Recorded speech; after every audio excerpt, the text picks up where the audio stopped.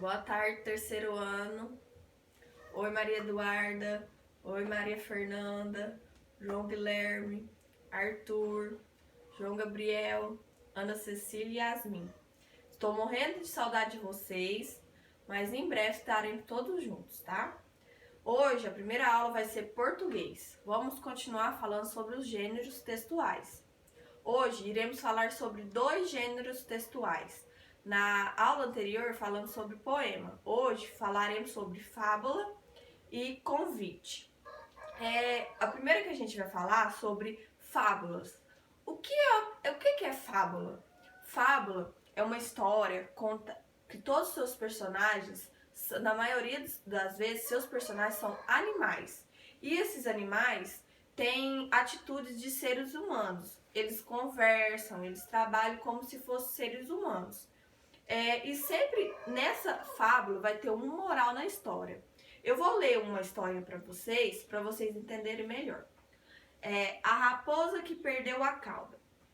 Uma raposa foi apanhada numa armadilha. Conseguiu escapar, mas ficou sem cauda, porque a armadilha a cortou. Sentindo-se envergonhada e ridícula, pensou em convencer as outras raposas a cortarem também as suas. Reuniu-se um número de amigas, explicou que sem sua cauda não ficariam mais bonitas, mas também se livraria do seu peso inútil.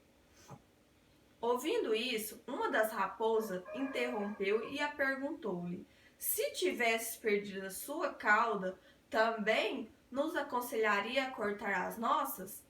Tá. Qual foi o moral? Aí vem o moral da história. Toda fábula tem um moral da história. O moral da história dessa historinha é assim: tem cuidado com quem tá dando conselhos, tem em vista seus próprios interesses.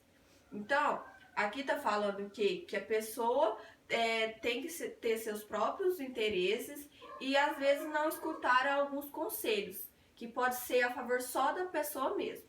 Então, já aprendemos alguma coisa, algumas características da fábula. A fábula tem que ter o quê?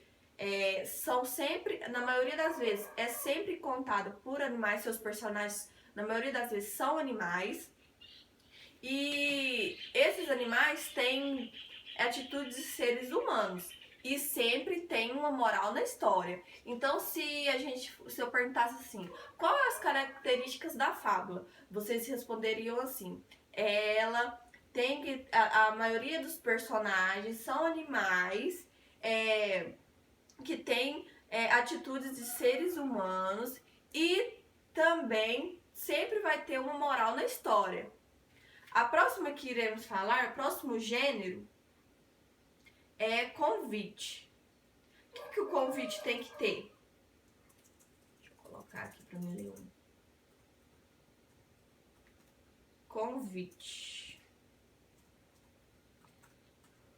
O convite, as características deles tem que ser o quê? Tem que ter o remetente, aonde que vai ser, local, data, para quem que é.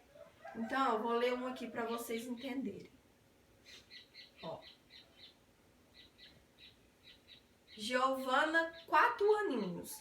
Venha comemorar comigo, dia 24/8/2017, às 14 horas, no local Casa de Festas. Conto com você. Então, o convite, além de estar por data, onde que vai ser, para quem que vai ser, ele tem que convidar. Então, é bem fácil você identificar quando é um convite. Tem que ter quais características? Data, local, remetente,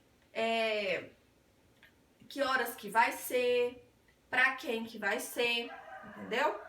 Então, hoje nós estudamos 2 gêneros textuais. Fábulas. O que as características das fábulas? São os seus personagens, na maioria das vezes, são animais. Esses animais têm vida, são comparados com vidas iguais a de seres humanos. E sempre a fábula tem que ter uma moral na história. E o convite? Quais as características do convite? O convite tem que ter data, hora, local, remetente, para quem vai ser e o intuito de convidar a pessoa. Vai estar convidando. Então, 2 gêneros textuais hoje, tá? Beleza? Hoje é só.